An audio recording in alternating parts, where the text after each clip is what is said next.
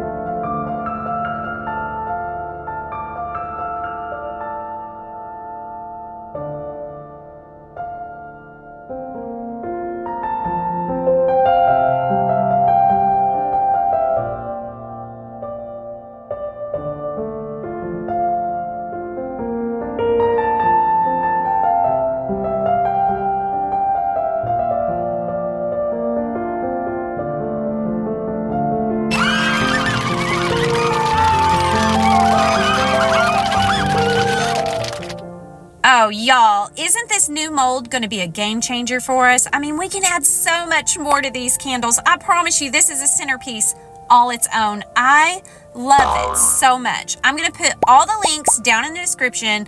You can go over to happydottingcompany.com and get this mold today. It is available and ready for you guys to own. I can't wait to see what you guys all do with this new mold. This week, I want to thank Robin for joining channel membership. She's one of our newest channel members. You guys check that out if you haven't already. All right, hit the like button, go ahead and subscribe, and don't forget to check out Happy Dotting Company. You guys, until next time, rock on.